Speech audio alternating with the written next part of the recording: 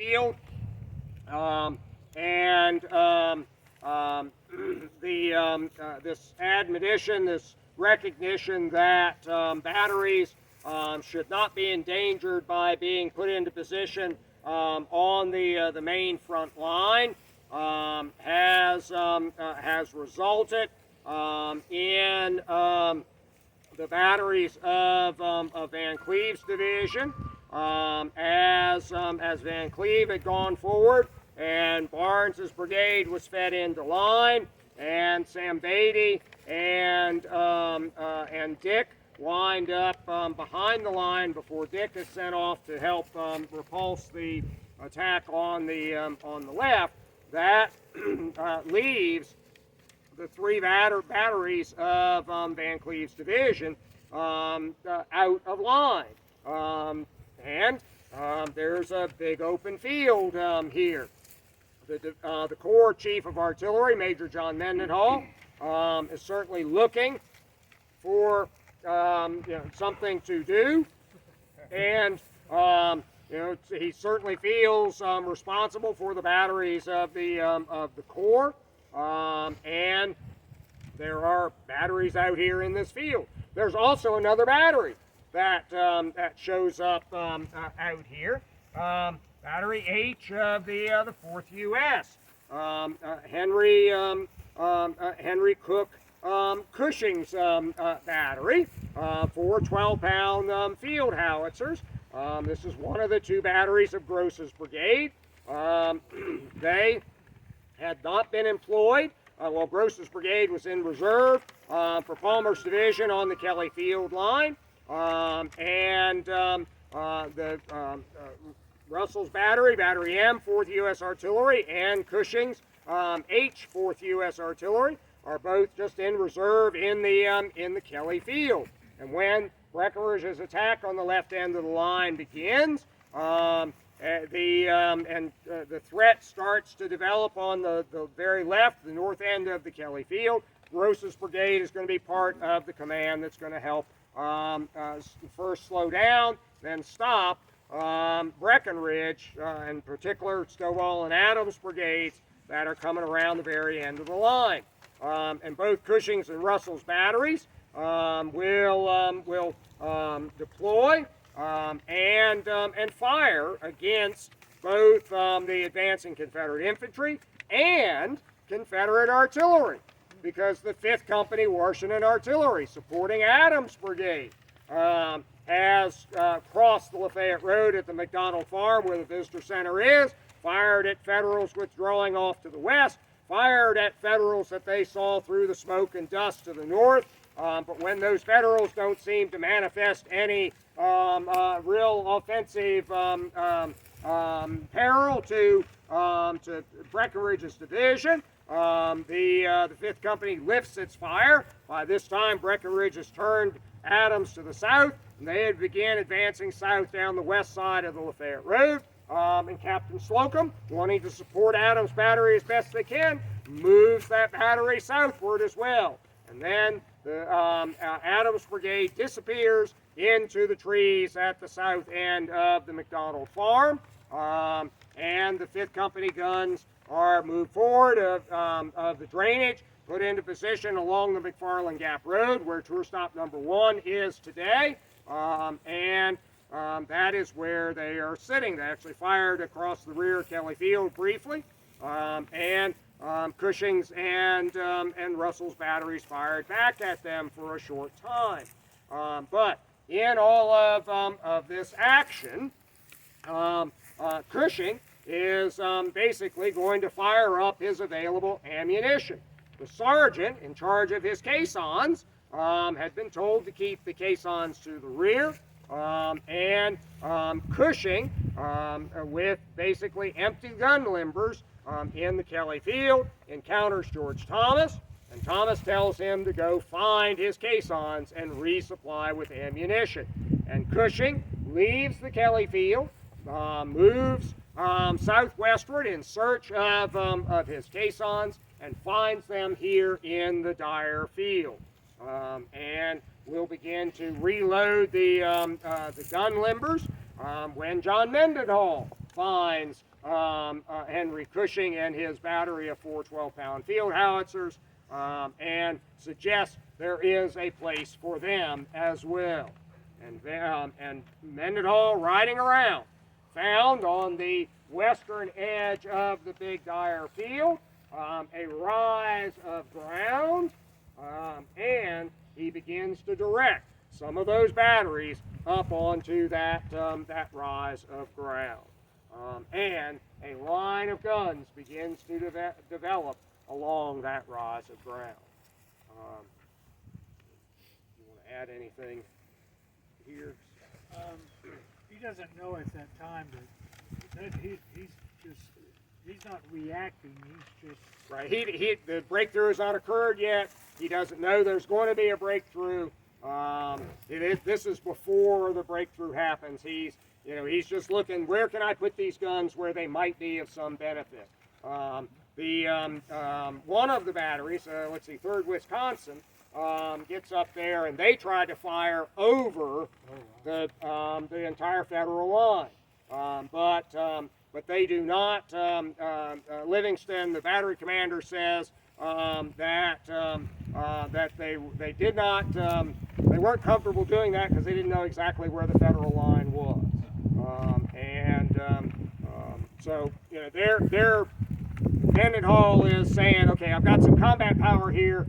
Where can I put it where it might be able to do something? And when we get up there on that position, I'll point something else out to you that maybe Mendenhall was thinking about as well. So, they're all unlimbered, right? Like when they get up there? No, okay. Not initially, no, because some of them are just parked up there. Because they don't know exactly what it is they're going to be doing. So it's a good position, but right now it's well behind the Union lines. Right. They don't know if they'll be called on to go. So all these guns are from Crittenden's Corps? Almost all. Cushing's Battery H is from Palmer's division. It's 21st Corps outfit, but Actually, yeah, they all are. they're all Crittenden, but they're not all. The last page of your handout lists the batteries that are up there. It will list the higher echelon, the 1st Division, 21st Corps, etc. Their manpower, if you see that notation, it says 134 PFD for the 8th Indiana Light. That stands for present for duty, which is my most useful yardstick for strength. It's not necessarily an engaged strength, how many men appear in the fight, but it's the best yardstick for overall men available for fight. And then their armament, and then finally at the next line is their casualties in men, horses, and equipment or guns. So, Jim, is that Cushing related to the Cushing family? Very distantly. And I'm not enough of a genealogist to figure out whether it is a 5th cousin twice removed, or they're not brothers, right? Yeah. There is an old, big, thick, lengthy Cushing family genealogy, and Henry Cushing and Alonzo Cushing, and who's the naval one? William B. Yeah.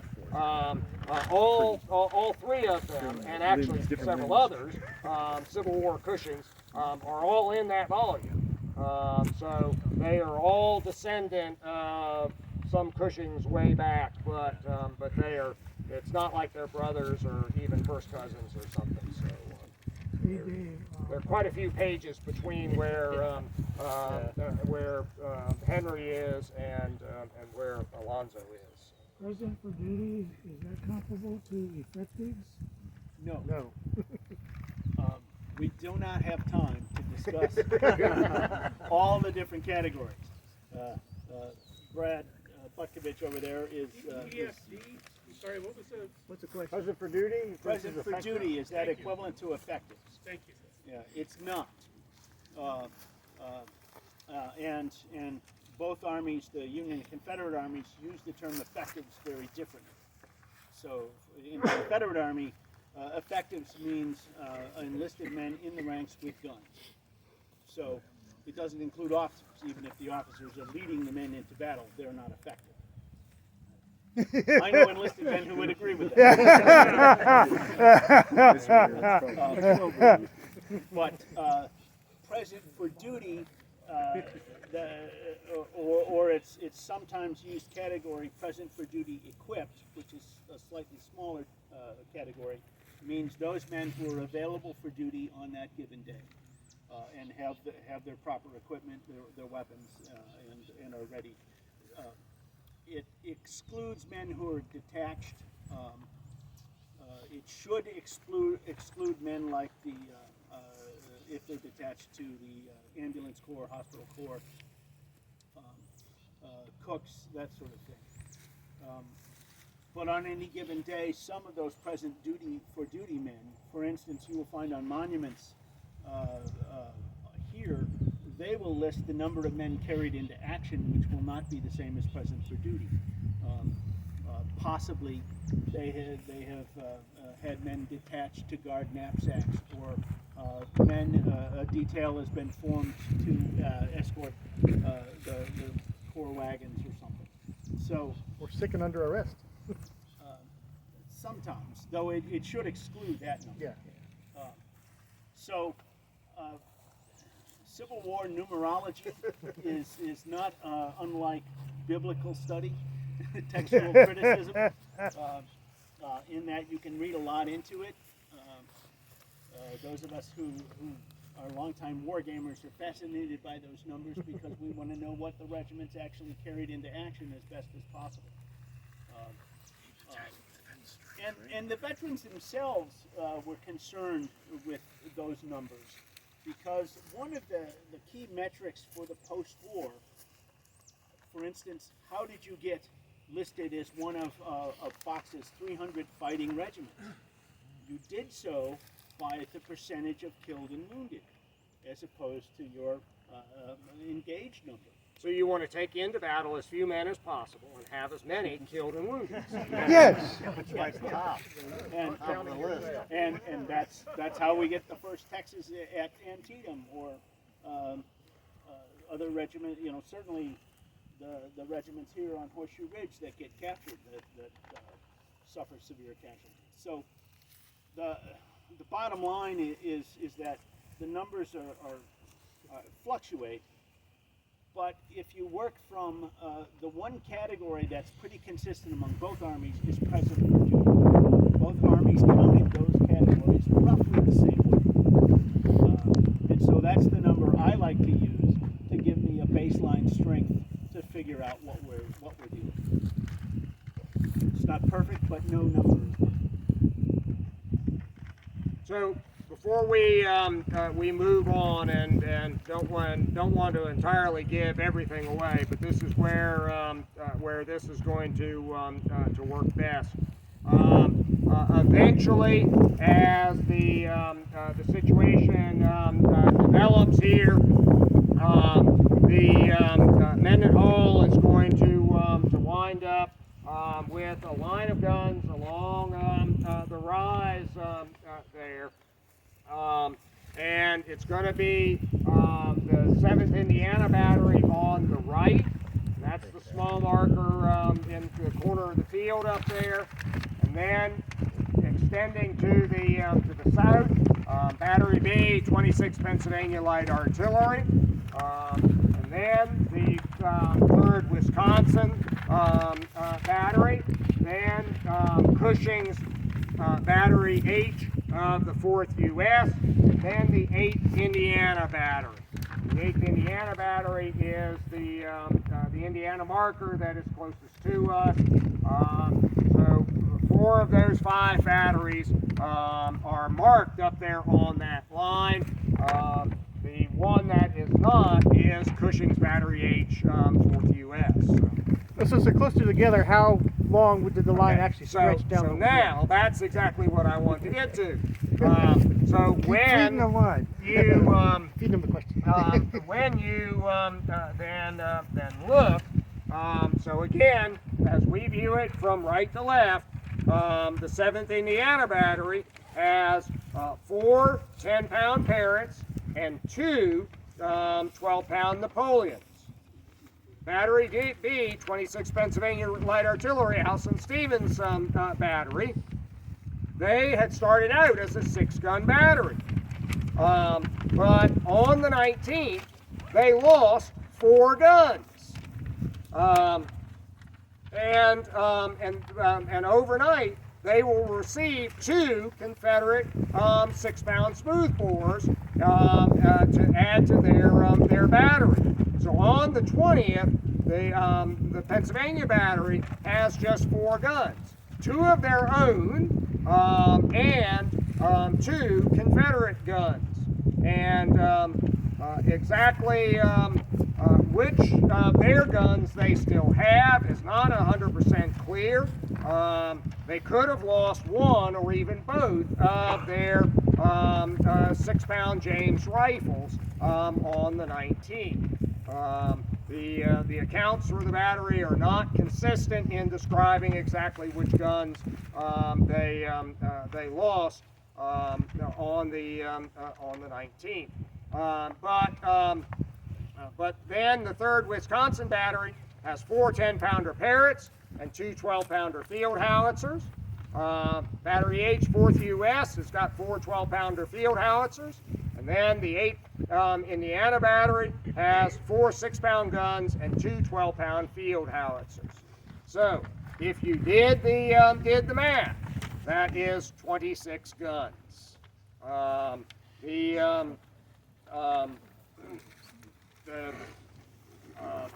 Along that line. So now, do the math again. At proper intervals, it's supposed to be 14 yards. That look like enough space for 26 guns? No. No. And so those monuments are all crammed together up there on that line. That's 364 yards. Okay. Actually, No.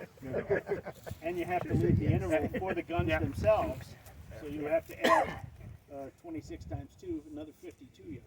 So from an accuracy point of view, in the commission, when they were placing the placards and monuments, from an accuracy point of view, did they just kind of say, well, okay, we'll just put you all right here in the same spot? I would love to know, some of that discussion, because in other places, it is very clear that the location of the monuments or markers is very specific to where the veteran said individual units were, and the intervals or spacings is much more accurate, much better.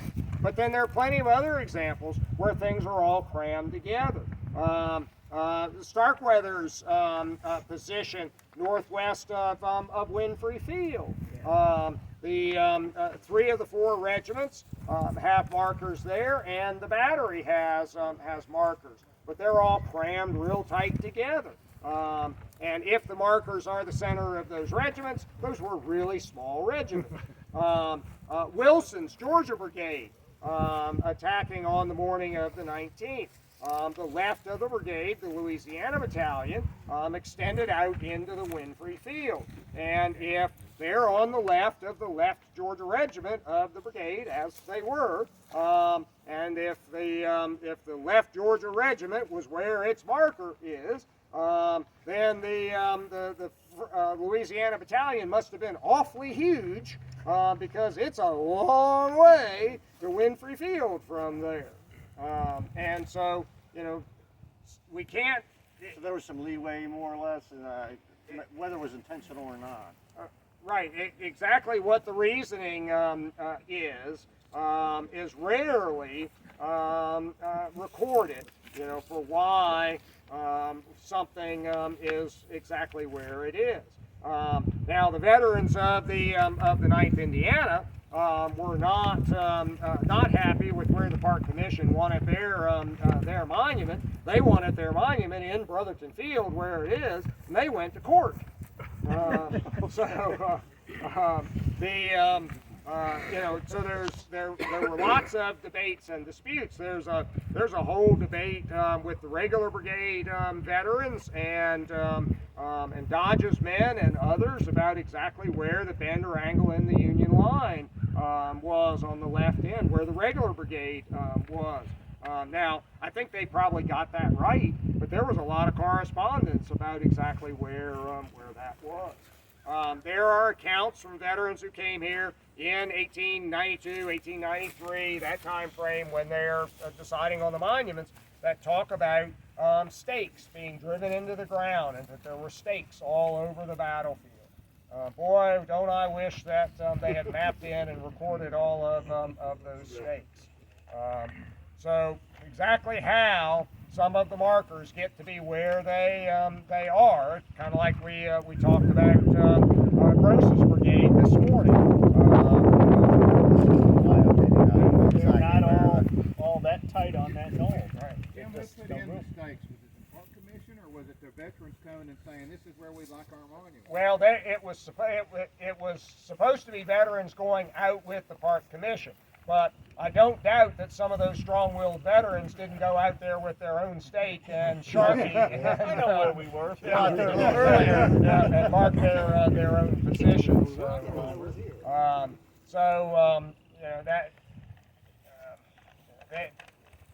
I find that stuff fascinating, how the park itself actually tried to sort it all out. And I didn't know about that court case. That would have been interesting.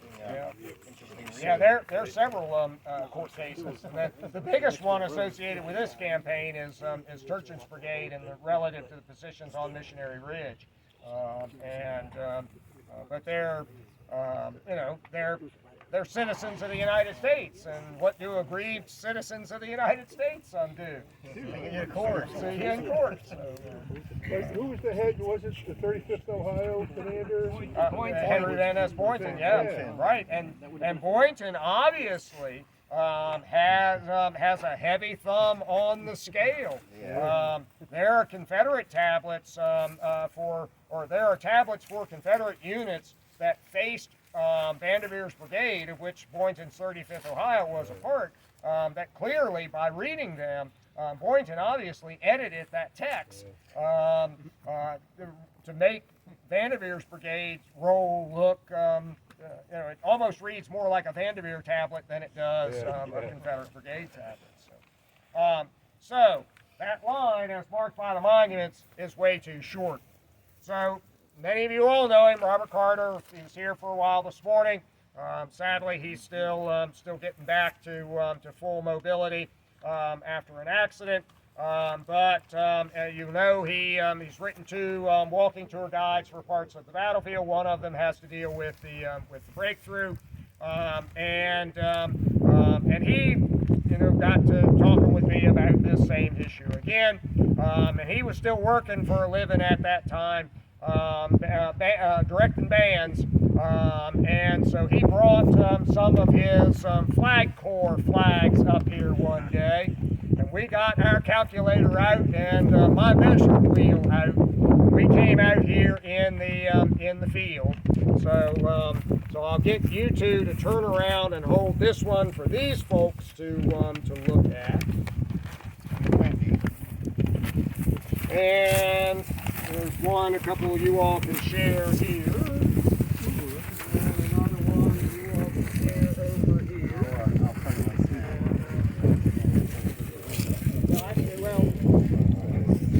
So these are the four monuments now. Yeah. And this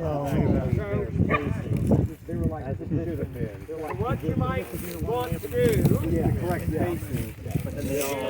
is oriented so you're looking toward I like that it. wood So these are line. like Now, of course, the actual camera position and they're for like this position picture They measure is what up the there. spacing would be according to regulations. But we're not going to walk See, and then up like there this, just to this stand where these this monuments cat should be in with the camera middle was of their taking this positions. picture. Right, I thought that's But what it it'll give you a much greater was, but idea that's why I was about the curious how length they of got away that with that. line. And most specifically, look at the left of the picture. The left, I'm sorry, well, it's the left of the picture, which would be the right of the 8th Indiana Battery. And that's going to be all the way down to there. About where that evergreen tree is? Yep. The evergreen tree? Yeah. I'd love to do it. Yep. So you let it, well, I guess we can't see it in this picture because everything's green. The short evergreen is Now, over here, is that what he's saying? from that venture that day, Kind of that big oak there that's big. and you'll eventually see this this better landmark, That's the kind of stuff I like to do. but I'd be a helper. from that venture that day, what did I do with it? We should get to do some of that fun stuff. We did that with Walthall's brigade in Vineyard Field one year too. That was really cool. When we marked out the flag.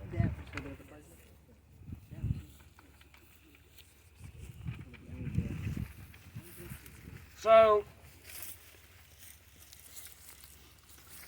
here we are at the south end of that line. I'm the marker on the south end of the line. And I am looking north along the line of guns in this picture. So I'm standing on what would be the right of the 8th Indiana Battery at 14 yards interval with 10 yards interval between the batteries. Okay? And I am looking north along that line in this picture. And so what is the landmark for the right end, the south end of that line? Because I'm not standing up there. I'm not going to stand there all the time. Well, trees, but also look at the dumpsters. Okay? And you'll see the dumpsters in just a few minutes. It's part of the plan. They are still there. They've been tilted a couple of times, but they're still there. The markers in the sky. Don't move those dumpsters. Yeah, don't move the dumpsters. Well, they're soon to be historic dumpsters. Yeah. So They've been there that long? well, they're like the culverts, right? Didn't the 8th Indiana, didn't they more or less face that way and not this way? Yep, they're mostly facing this way. So. Good stuff right there. What's his name used to plow out there? Oh, yeah, well, we have the garden over there. So, Yeah. Yeah. You know, it wasn't nothing to find cancer shot all in that place. Yeah. So here's another picture of me looking north along that line. That tree right there is right there. Yeah, the way it curves, the top of it curves over.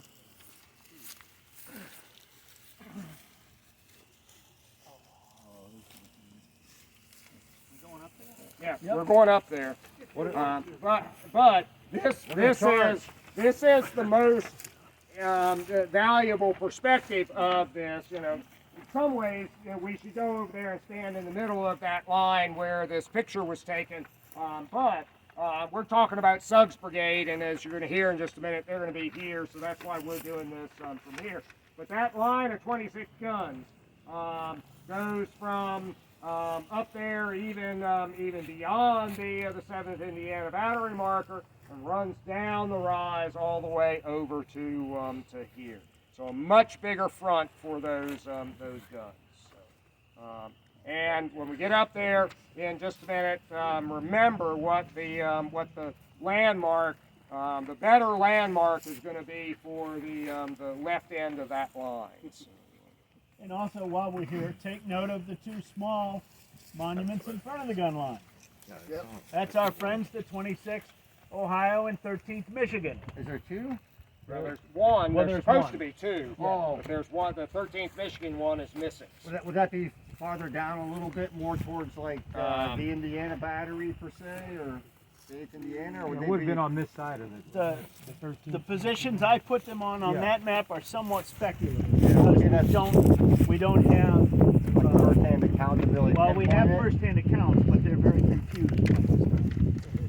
Like everybody else, more or Yeah, less. they talk about retreating to the gun lines, but they're not often specific about which battery they're retrieving. What happened to that marker? The 13th Michigan marker should be closer to us on the same line with the 26th what Ohio happened to one. it, Don't know. Oh. It has been missing for as long as I've had association with this National Military Park. It was missing in the summer of 1982 when I was first here.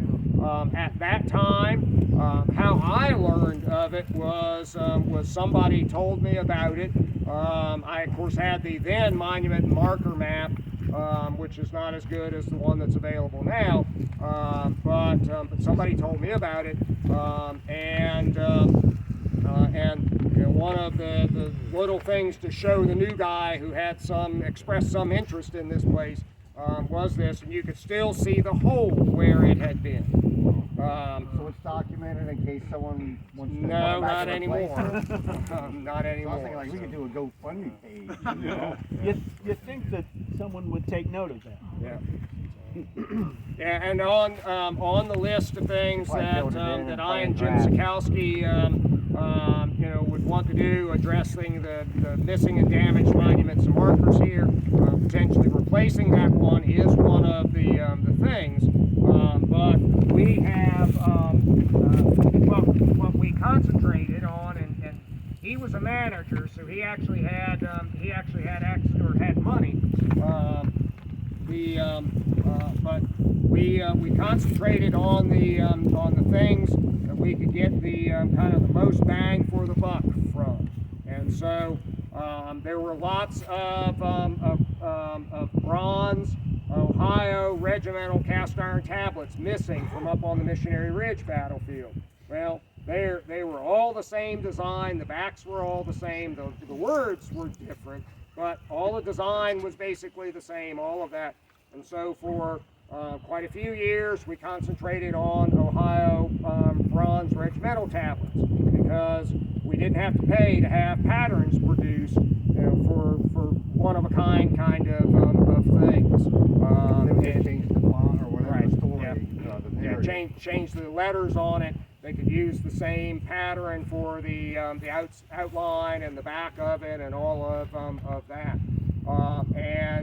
So there were some missing Indiana bronzes on the intermediate position markers, and we did those. You know, we tried to say, okay, where can we get the most bang for the buck? You know, if we have to have patterns made, we don't want to make just necessarily one-of-a-kind patterns.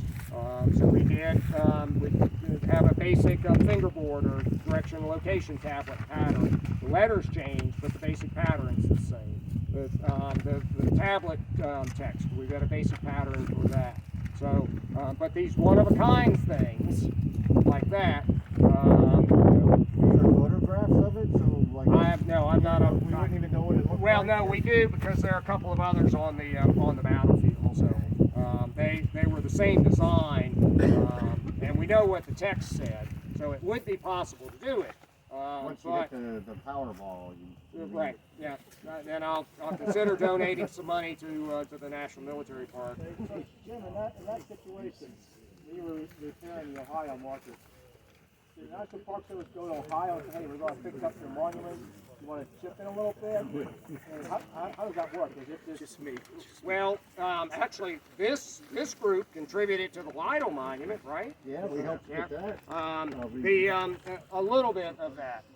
I wish we had done more, but Sikowski liked to pretty much work alone, and so Bureaucracy involved is probably.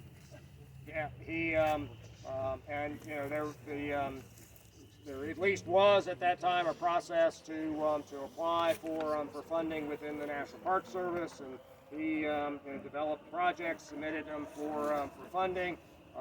And as money became available, you know, we did things. Yeah, I told Dave and Sam and Brad and others last night at dinner. If you have not on this trip been down to the Water Brigade Monument, go down to the Water Brigade Monument, which is still closed right now. but go to the western side of the Wilder Brigade Monument, which is actually the front side of the monument. And there on the west side of the Wilder Brigade Monument is the monument to the 4th Indiana Cavalry. And it was long missing its